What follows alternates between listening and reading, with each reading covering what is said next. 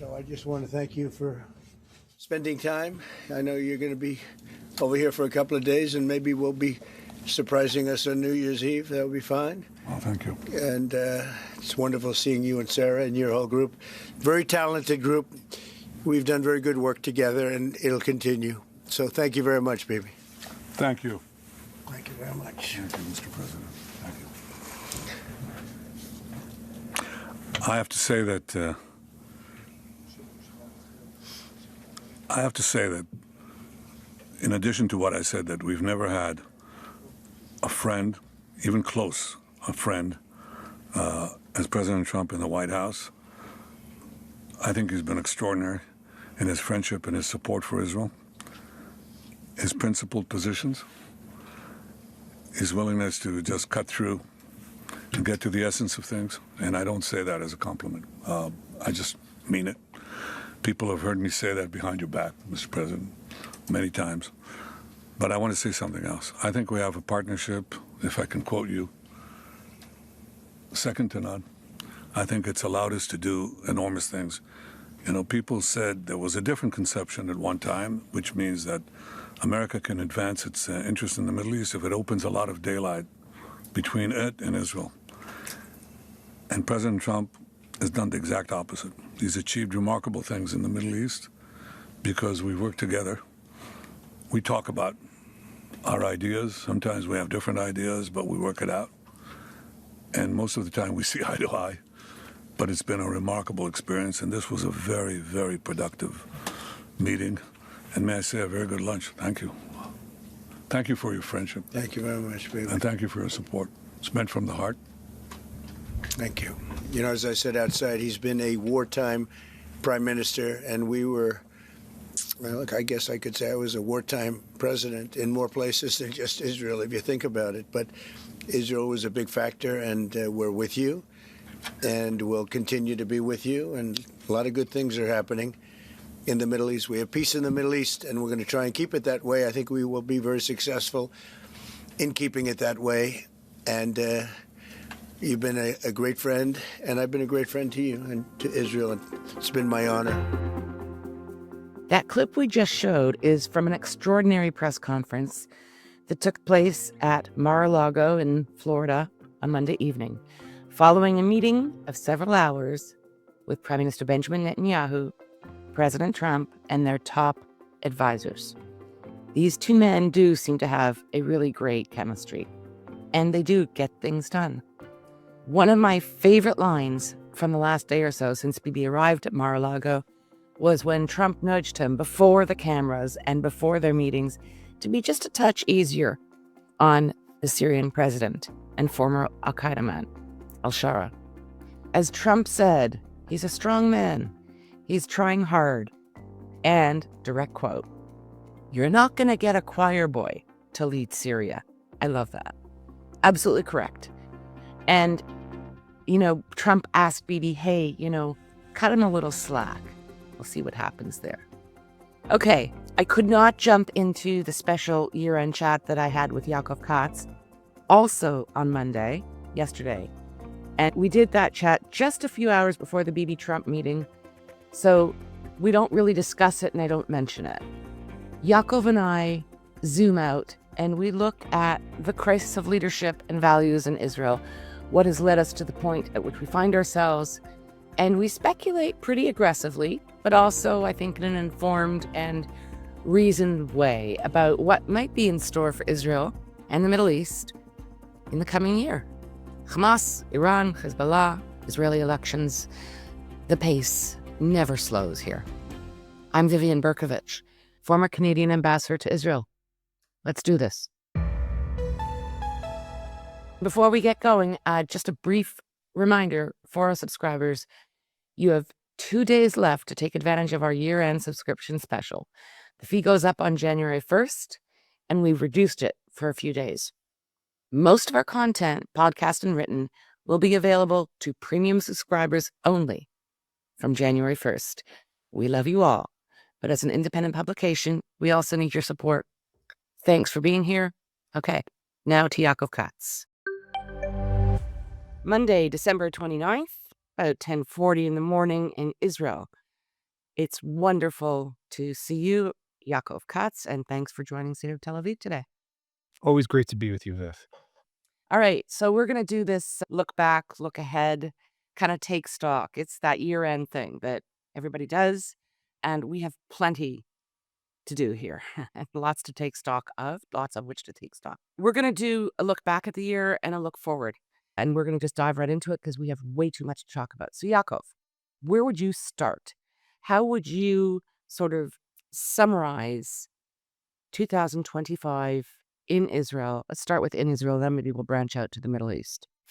I mean, it's a tough question because there's so many ways to look at it. We could look at it from the fact of still how divided the Israeli people are, how polarized our politics are, how we're still on a knife's edge when it comes to the region, what will happen with Iran, what's going to happen with the ceasefire with Lebanon, which expires, by the way, at the end of the year.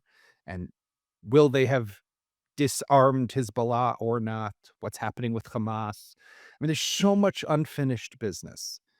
And I look at it, therefore, as a year where we achieved amazing things, right? On the one hand, we hit Iran in a historic operation. We set back Hezbollah in a way that many of us did not imagine would be possible. We brought back the living hostages, which was an open wound in all of our hearts for just far too long, just this past October. But there's still a lot of missed opportunity here. So I look at this year as the year where the high intensity wars kind of wound down, but we have yet to really actualize or realize the real benefit of what was supposed to come with the end of the conflict. I don't see it yet. Now, it might still come. I want to hope and believe that it could come, but it has yet to come. It's yet to come in the north. Israeli soldiers are still in Lebanon. It's yet to come in Syria, where Israeli soldiers are still deployed. It's yet to come, of course, in Gaza, where lots of Israeli soldiers are still deployed. So the end of the high intensity stage, good, but where is the stability, the peace, the security, the safety that this was all supposed to bring? We've yet to get there. So let me just be, the devil's advocate here for a moment. It's so out of character, I know, but, you know, the high intensity conflict stuff goals you're saying have more or less been achieved. I live, as you know, very close to the Gaza Strip. Based on what we see and know of what prevails now in the Gaza Strip, I'm not sure I agree with that. Would you go so far as to say, with respect to Hamas and the Gaza Strip, that the high intensity goals have been achieved? No, that's what I'm saying. It has it, right? In other words, the high intensity stage has finished for now, I see. but Hamas is still there. Hamas Exactly. is still in control 50% of Gaza. I mean, the high intensity stage ended so far with Iran, but we're all hearing about how it's not a question of if, it's a question of when there's going to be another round with the Iranians. So we're kind of in this pause. Now, usually in a pause, you have one or two things that happen. One is you have the political arm or the political branch of the conflict that's meant to bring about the resolution that you fought for. So the new reality in Gaza, the new reality in Lebanon, the new reality in Iran. In other words, deals have to be made to achieve that. You've done what you could militarily. Now it's time for the deal making, the politicians. We don't have that yet. So then that leaves the other option. What's the other option? Is another conflict at some point on all of these different fronts. Now, I think the Israeli people are tired. They don't want another conflict, but we also don't see the political courage that's required to actualize or to leverage the military benefits that were achieved. So we're kind of in this limbo stage at the end of 2025 that's going to carry us into 2026 without clear idea where we're going. So I want to just take that a little further. I don't want to get too far into the weeds of this, but Israelis, especially in recent weeks, we've been very preoccupied with a story of certain conduct in the Prime Minister's office that former Prime Minister Naftali Bennett came out earlier. Well, he came out last week and he likened it. He said, this is the worst case of treason and betrayal that has ever transpired to our knowledge in the state of Israel. And what this whole situation involves are senior aides operating inside the prime minister's office, working directly with Prime Minister Netanyahu and his cabinet secretary, main right hand, now that Ron Dermer's gone, Tzachi Braverman. I think it's fair to say that Dermer dealt with kind of higher level policy stuff in the prime minister's office when he was there and when he was cabinet minister. And Tzachi Braverman, he, and I think he's kind of the guy who gets into the gutter of Likud politics and all of the brass knuckle stuff that seems to go on. That's always going to be the job of a chief of staff who's got to get his hands dirty in the world of politics, as opposed to a minister like Dermer, who's in the lofty world of diplomacy and making those deals. These are two different kind of. I mean, you know that. Come on, Vivian. You used to go to those cocktails as ambassador. You know what I'm talking about. Yeah, the canapé crowd. I think they've taken it up a notch, actually, since I was in office. We have this conduct that has been exposed in the media. In particular, last week, there was a 3-part interview with Eli Feldstein, a former Netanyahu aide who has been indicted on very serious criminal charges. And shortly after he was indicted in October, Yonatan Urich, another aide to Netanyahu, was also indicted. And this 3-part interview of Feldstein is problematic for a whole bunch of reasons. And I'm going to refer people both to the piece that I wrote about it on my site, and we'll put it in the podcast notes, as well as your fantastic column last Friday that was published in the Jerusalem Post. But what I want to do is kind of rise above it if we can and zoom out and look at the impact that alleged conduct has on everything, morale, but also what it exposes about the way in which the prime minister's office operates. I mean, even if these allegations, these very serious criminal allegations, are not proven in court, the fact that the prime minister seems to be relying on 2 very young, I don't care how brilliant they may or may not be, inexperienced young men to advise him on how to manage media, how to manage foreign media, how to manage his office, make decisions. I mean, that to me is a harbinger of not great things. You know, there's so many threads to pull at in the Cuttergate story, right? I agree with you 100%. I mean, Eli Feldstein, Yonatan Urich, this other guy, Srulika Einhorn, who's stuck in Serbia or something like that, and refuses to come back to Israel because he knows that he'll probably be arrested, who was another player here. The role that these men allegedly played within the prime minister's office while they were being paid by the Qataris, I mean, is just obscene. It's revolting. I was speaking yesterday with a very prominent right-wing politician who I said, "How are things going?" And he's like, well, besides for the fact that the prime minister's office might have been on the Qatari payroll, how should I mean, like, it's just so deeply disturbing. And you have the role of the Qataris here, the financer of Hamas, the provider of sanctuary to Hamas leaders, who's also paying, who has agents inside the prime minister's office. In Israel, there's something called the National Security Prize that's given out every year by the Defense Ministry. I'm sure the Qataris have a National Security Prize. They probably gave it to whoever was handling these people inside the prime minister's office. I mean, this is a huge coup for them. So there's that. There's the fact that who the hell's running the show? I mean, who's in charge here, right? How does the prime minister not know that people who are so close to him are on the Qatari payroll? I mean, how does he not know? This is one thing that I didn't understand. Okay, let's say he doesn't know that they're being paid on the side of the Qataris, but he sees that there's stories coming out in the media that are very pro-Qatari and very anti-Egyptian, and they're being cited, attributed to a senior diplomatic source. Does he ever think to call in, you mentioned Dermer, Ron Dermer, Tzachi Hanegbi, who until recently was the National Security Council. I mean, who is the senior diplomatic source? Who could it be? The foreign minister. Just say, hey, guys, is that you who's trashing Egypt? Is that you who's pushing the Qataris? I mean, where's this stuff coming from? I mean, wouldn't you want to know? I would want to know. Yonatan Urich and Eli Feldstein were not government employees. They were working on what we call in Hebrew a cheshbonit. They were an invoice, freelance contractor. How does that make sense? For God's sake, that in the prime minister's office, the holiest of holies, where the most important decisions are made, You got a guy who's working on a cheshbonit, right? In other words, I got a client who's Vivian, I got a client who's the Qataris, and I got a client who's Prime Minister Benjamin Netanyahu. How does that make sense? It's absurd, right? It's This no, reality. it's total chaos. And as I wrote, it's like they're running a falafel stand in there.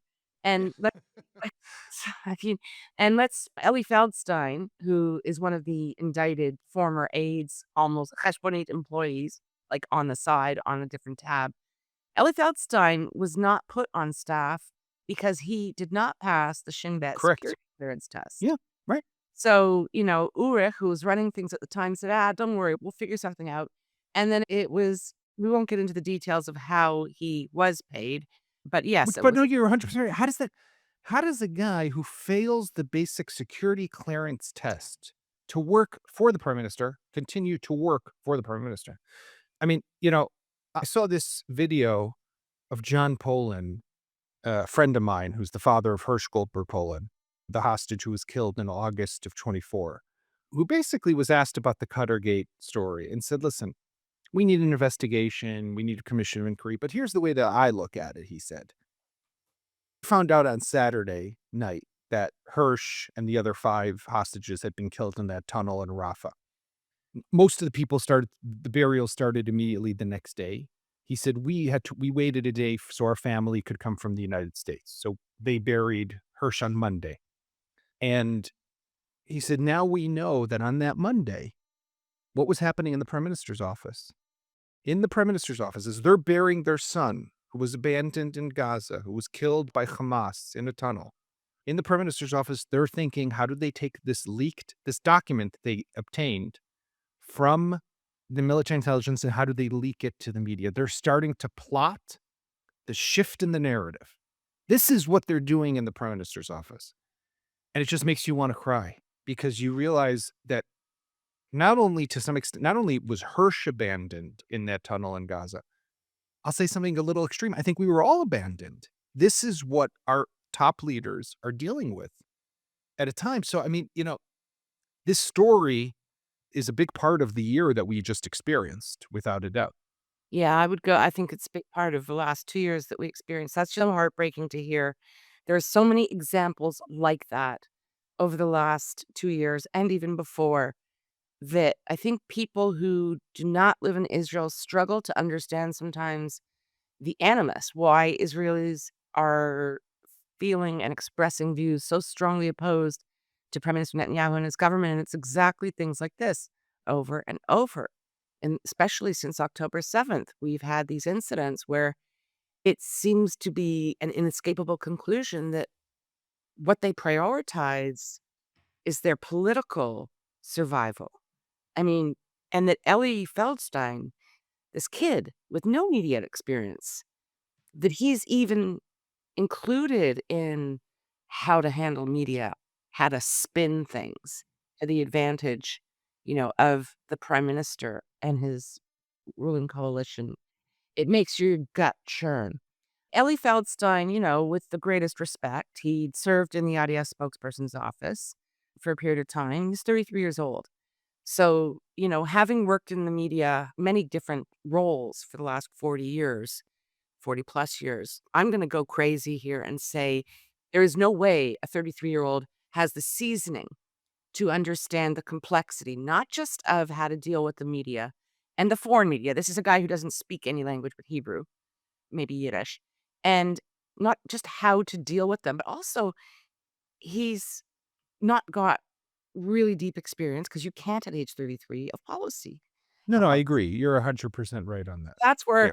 my criticism of his experience and Ulrich as well. I don't care how brilliant he is. You're 33 or 34, you're 33 or 34.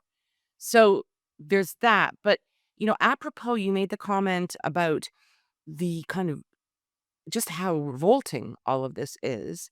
And, I saw the other night on television, Mickey Zohar, of course, is a senior member of the Likud party, always going to bat both for Prime Minister Netanyahu and his son Yair when they get into sticky situations.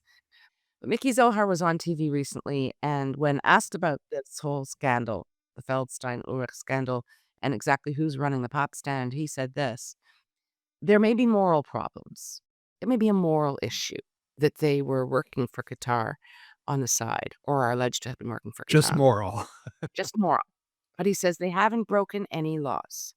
And I'm here to focus on laws being broken. And my heart stopped. Yeah, because for these people, this is, I mean, first of all, I wish all of us have a friend like Mickey Zohar one day, right? Somebody who will always come to our defense no matter what, will always be there in our corner no matter what bad thing that we do or bad deed that we commit. But we should all have a Mickey Zohar. But in reality, I mean, listen, they'll explain away anything. They will excuse anything.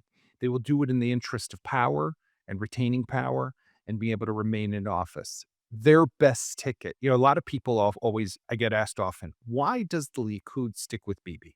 Right? They could replace Bibi. They could potentially still be the biggest party in the country. Right? Why don't they do that? And I think that ultimately their concern is that without Bibi, they potentially lose. And therefore, for the average Likud member, like Mickey Zohar, like someone else, they want to remain in power and they know that Bibi is their best ticket to do that. So they use Bibi just like Bibi uses them. It's a two-way street. It's not that Bibi completely controls the party. He's very much in control of the party, but they need him just as much as he needs them.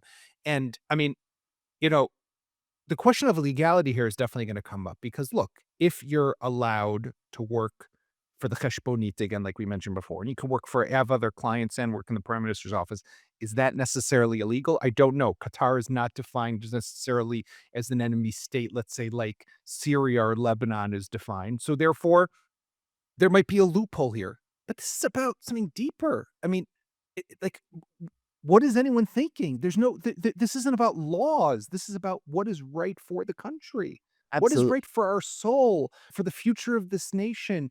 Where are our leaders? Who are our leaders? And that nobody ever talks about.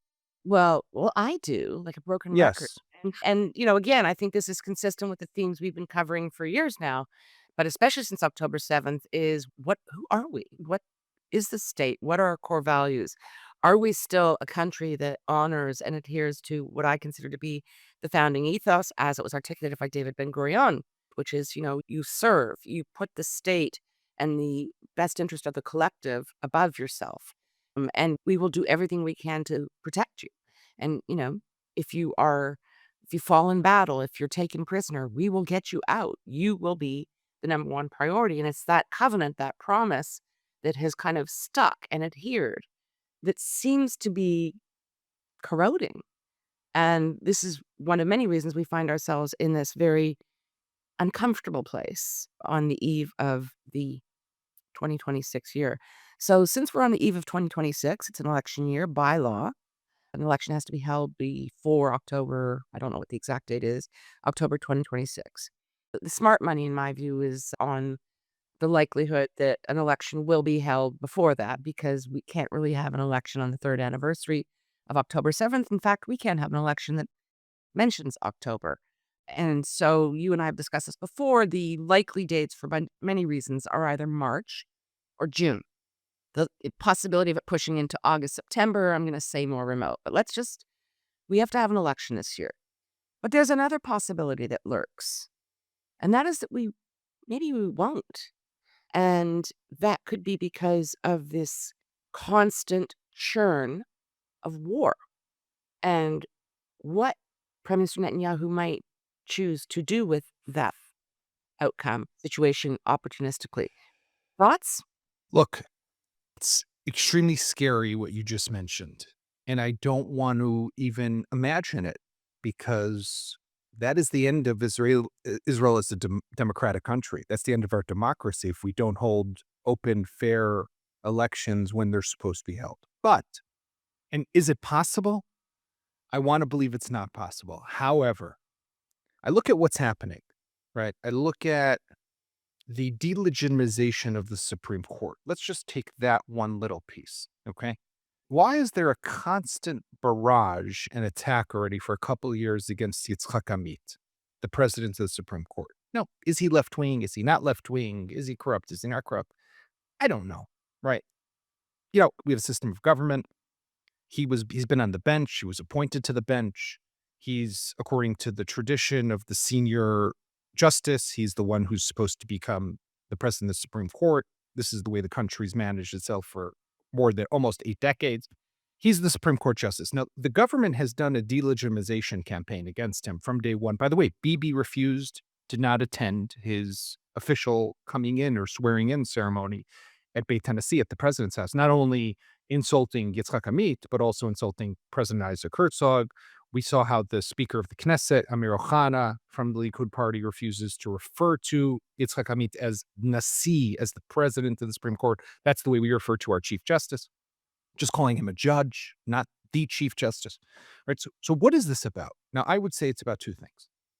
One is the State Commission of Inquiry that you and I both want, and that most Israelis want, by the way, is by law is appointed, is that there is a vote on it, and then the Chief Justice of the Supreme Court appoints members to this Commission of Inquiry. So they want to delegitimize the State Commission of Inquiry from the get-go. No matter what Yitzhak Amit will do, no matter who he'll put on that panel, you, me, everyone else, doesn't make a difference. It's already, half the country will not believe a word that it writes, right? That was what they had in mind. This was by design. But maybe there's something else. The Supreme Court appoints what's called the Yoshev Rosh Vadat HaBechirot, the chairman of the Elections Committee. This is the person who verifies the integrity of the election, the fairness of the election, as well as the results of the election. It's always a former Supreme Court justice or a current sitting Supreme Court justice who takes a break and does this. We'll have to appoint that person. Now, you tell me. I don't trust Yitzhak Amit. He's left-wing. He's anti-Bibi. He's against the coalition. The whole attorney general, legal advisor, prosecution, state attorney establishment is against Bibi, is against the government. This is the narrative that Likud will tell you. They can't be trusted either. So what they could potentially say is the integrity of the elections is already broken. It can't be trusted. We have to pause. We can't do it this way. We have to do it a different way. And until we can ensure the integrity of the elections, we're not going to go to an election. Now, you and I will take to the streets when that happens, okay? But can you tell me that supporters of this coalition, will they actually believe what's being told to them? Will they say, you know what? That's true, because Yitzhak Amit can't be trusted, because Gali Bahar of Miara, the Attorney General, can't be trusted, because all those legal advisors. By the way, it sounds stupid, but there was a little video I watched of the Finance Committee, of a Likud member yelling at the legal advisor of the Finance Committee, saying to her, "You are all the same. You're just against us. And all she's trying to do is give her opinion on a little piece of legislation. It's all by design. They do this because they want to point a finger at some external, mysterious, shadowy force, the deep state, whatever you want to call it. So can I say that can happen, Vivian? I cannot. It terrifies me. That could potentially happen. Yeah, and I want to just kind of expand on this a little more because it does loom. There's a lot of stuff that looms that we're not supposed to talk about or mention, but it really behooves us to do so. I mean, I want to just go back to October 7th for a moment.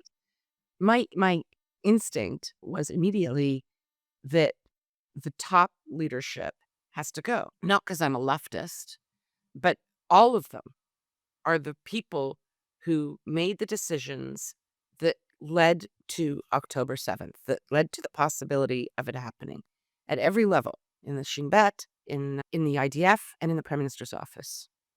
And the government at large. And so to think, just from a behavioral perspective, that these same people are going to suddenly shift their kind of vested interests, the way they think about things, the way they make decisions, is absurd. It's not going to happen. At the time, everyone was saying, no, it's going to be a quick war, which clearly has not been. It's going to be a quick war. We're going to fight it. And then we'll turn to house cleaning. Well, here we are 2+ years later. No one's turned to house cleaning. You got to look, read the tea leaves a bit. And if you look at what's going on, you just went into some detail with respect to the delegitimization of the Chief Justice of the Supreme Court. That Amir Ohana, the Speaker of the Knesset, can't even bring himself to refer to him by his proper title. that leads, of course, to questions. Well, at what point do they possibly refuse to follow an order of the court, which is a death knell for democracy in so many ways? But we also have this, side issue. We have many side issues. I was going to bring up one, which is of constant attacks on the media.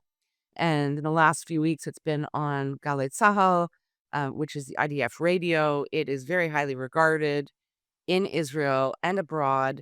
And the Netanyahu government has for years been saber rattling to shut it down. And they've now passed legislation to shut it down.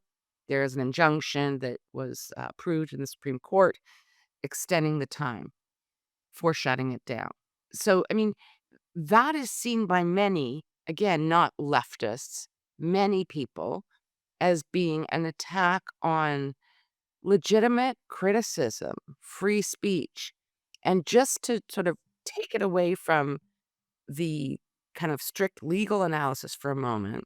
Not that was any high legal analysis, but I mean, we know from so many hostages who have returned that some of them were able to hear the radio, and they often heard Galei Tzahal.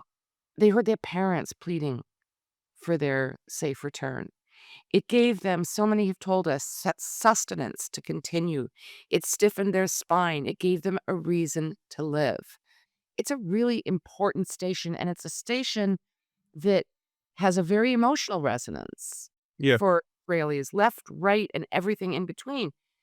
So this attack on, this IDF radio station, I think is something that certainly gives me pause. What does it do for you? But look, this is the way I kind of look at it is this is part of the continued effort by this government to crack down and to preserve, maintain control over all levers, not just of power, but of communication, of how information is disseminated all throughout is the Israeli public sphere, right? Galei Tzahal, or Army Radio, has always been an anomaly, right? It's a unit within the IDF where people in uniform serve.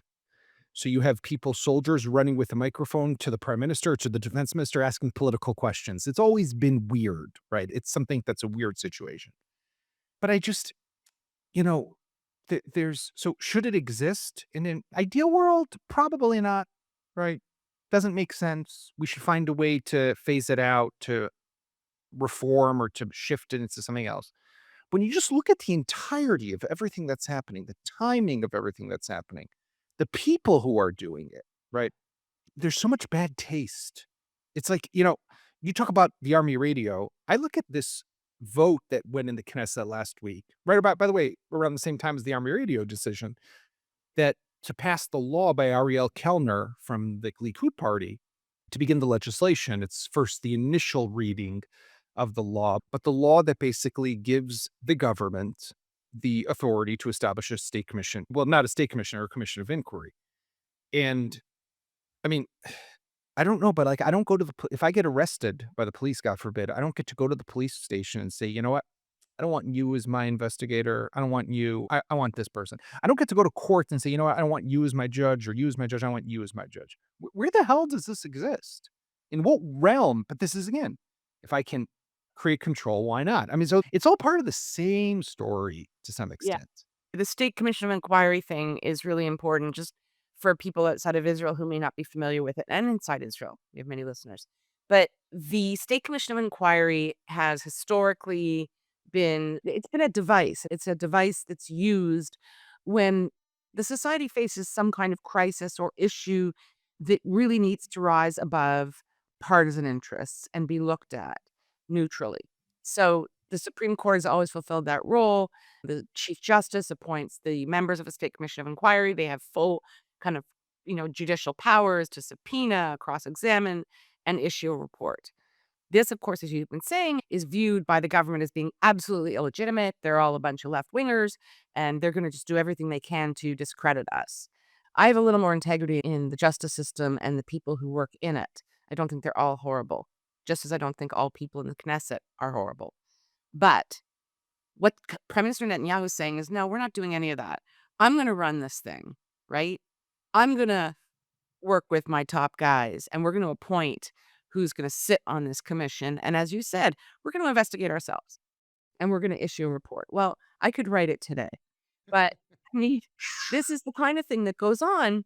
Self-regulating professions, for example, all over the West, physicians, lawyers, they all have professional associations that conduct investigations. However, when it rises to the level of serious criminal and or state security, this is something that just has to be out of their hands. So I want to use that to segue into the election and Bibi.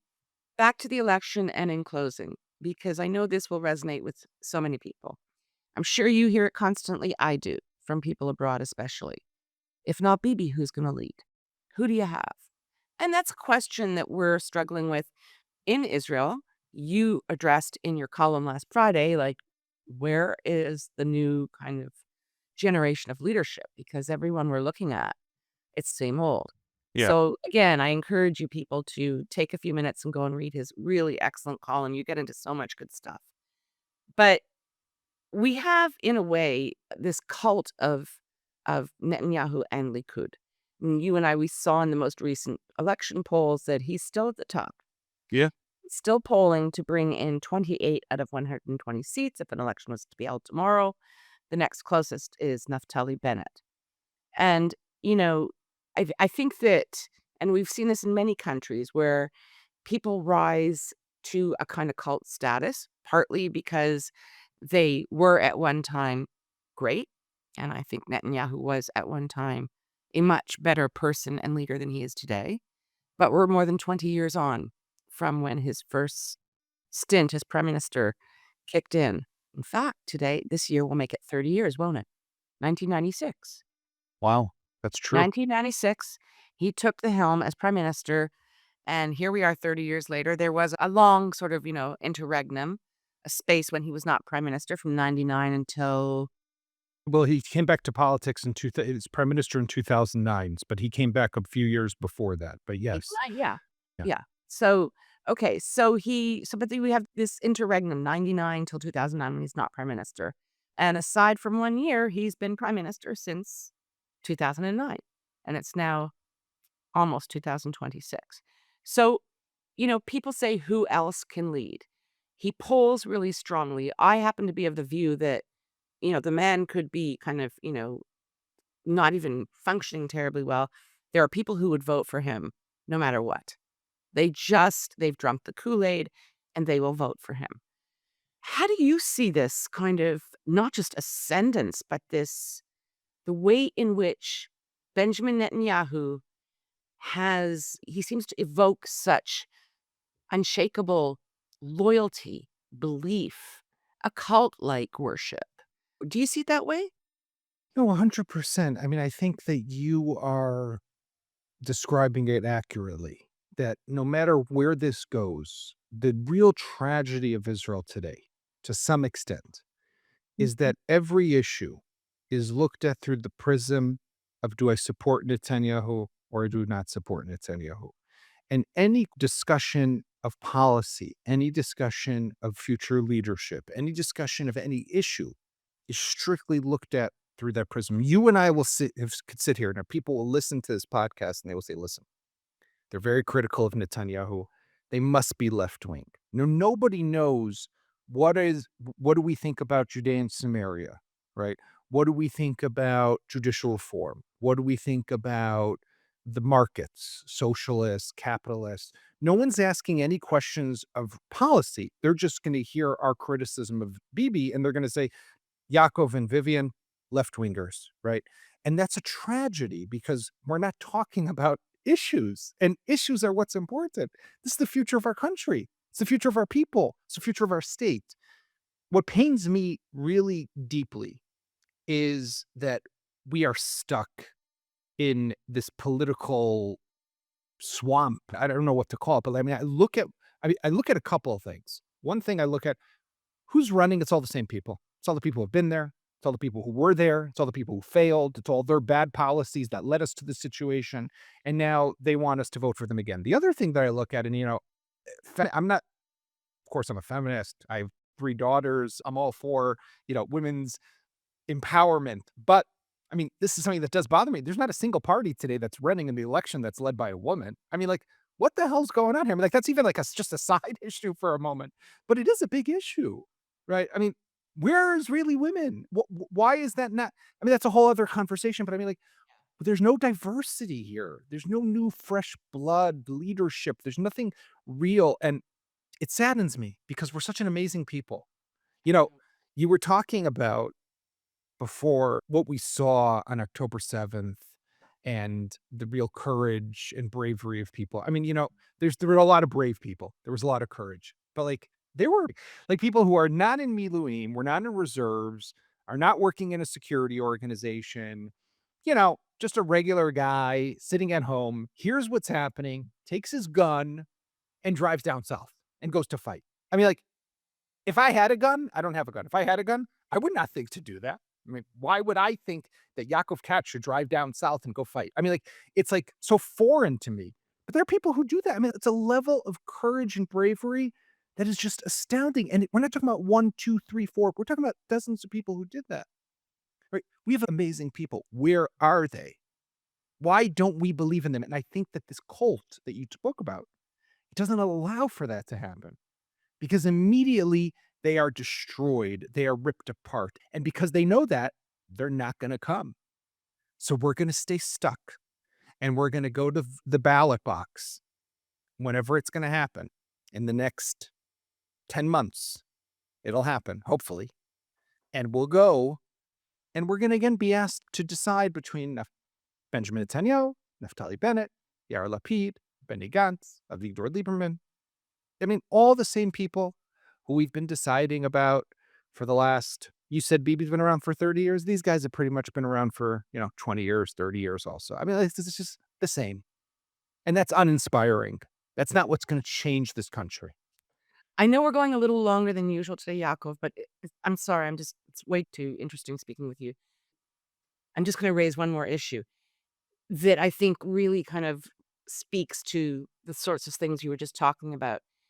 You raise the issue of feminism. You raise the issue of where are the women? And, 10, 15 years ago, Israel was lauded domestically and globally for being a really forward kind of jurisdiction place, and not in a left-right way, but in a like women were so integrated in really senior positions. I mean, I just popped into mind because I've interviewed her a few times, my former neighbor, Karnit Flug, who was the first woman to be the governor of the Bank of Israel. I think it was 2013. She was appointed. I mean, extraordinary role and woman. And very few have achieved those heights internationally. But we could go on and on. There's a long list. What's happened, I think, in the last 10 to 15 years under this Likud kind of leadership is there's also a sensibility that goes with it. And we have the draft issue, which is very controversial, and I'm not going to get into it. But the ultra-Orthodox, which are a huge power in the government, of course, want a permanent exemption, legal exemption from their men serving in the IDF. Most of the country disagrees with that vehemently. Yeah. We have a values problem, Vivian. I think that's what we're kind of dancing around here in this whole conversation. We have an issue when it comes to values, our leadership. What type of country do we want to have? Who do we want working? How do we want them working inside the most important office in government in this state? We have a values issue when it comes to, the Haredim. There's the famous story when the ancient Israelites come are about to enter Israel, and 2.5 of the tribes decide that they want to stay on the other side of the Jordan River.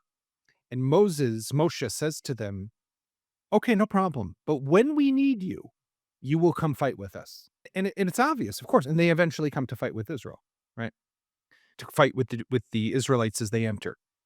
This idea that this country is facing such existential challenges, and these people sit on the sidelines as if it's not got nothing to do with them, is so absurd, so anti-Jewish, so against any value that our people have ever carried with them for the thousands of years that we've been a nation. just shows the depth of the problem that we are in. Where is the leader who will stand up and say to them, enough, we're done? And we don't have that. We don't have that today. I don't know, there's a lot of talk that the opposition says we're going to change things, we're going to this. I don't know. I hope, but I don't know that they'll change because it's the same people from the same game. We need something new here. That's what I wish for. That's what I hope we get in the coming year of 2026. New, fresh, a new vision for this country. Something So, hopeful. yeah, I mean, on that note, I'm going to end and I'm going to strain here to make it optimistic. Be hopeful More like me. hopeful, not just be hopeful, but as I've always said to my kids who are now grown up, late 20s, early 30s, but even when we were living in Canada, democracy is a lot of hard work and heavy lifting. And it's not enough to just show up and vote. Not nearly enough. We got to work hard to ensure that it remains robust, healthy, and these are big ideals we're trying to live up to. And so I'm going to be working very hard to do everything I possibly can in the coming year to actualize limamesh, as we say in Hebrew, the very lofty goals that you just sort of threw out, which is let's safeguard democracy, let's find and invigorate fresh leadership, and let's get back to the ideals and the values that I think most people in Israel hold very close and dear. Thank you so much, Yaakov, for today, which was really so interesting and I think important. And I look forward to continuing these discussions in 2026. And I just want you to know you've given me some great ideas for future episodes while you've been talking. Looking forward as always. Thank you, Yaakov. Thanks to all of our subscribers and those of you who may be listening for the first time. Best wishes to you all for a happy, healthy, and peaceful 2026. Until next time.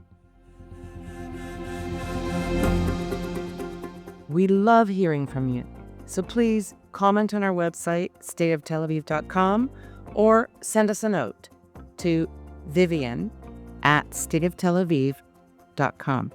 That's VIVIAN @stateoftelaviv.com. And if you go to our website, stateoftelaviv.com, you can find the subscribe button and take it from there. Hope that you do that.